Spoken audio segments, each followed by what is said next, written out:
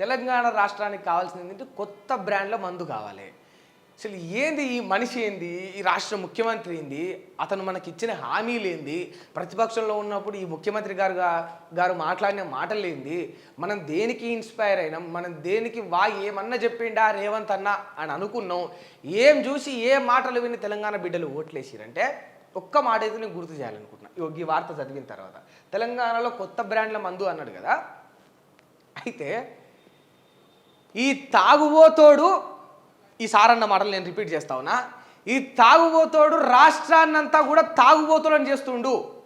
ఈయనన్న మాటలు, ఈ తాగుబోతోడు రాష్ట్రాన్నంతా కూడా తాగుబోతులను చేస్తుండు, మందు మీద పైసలు సంపాదించుకొని పొక్క నింపుకుంటుండు అని ఈ సారన్న మాటలు మాజీ ముఖ్యమంత్రి కేసీఆర్ గారిని ఆన్ రికార్డ్స్ ఉంటాయి, మీరు ఒకసారి వాచ్ చేయొచ్చు. అది కావాలంటే కూడా హిస్టరీలోకి వెళ్ళి ఈ సారన్న మాటలు, మందు మీదనే రాష్ట్రాన్ని నడుపుతుండు ఈ తాగుబోతోడు, పొక్క నింపుకుంటుండు అని అన్నాడు. ఈయన తాగింతగాక యువతలకు పోస్తుండు అని ఈసారి అన్నాడు.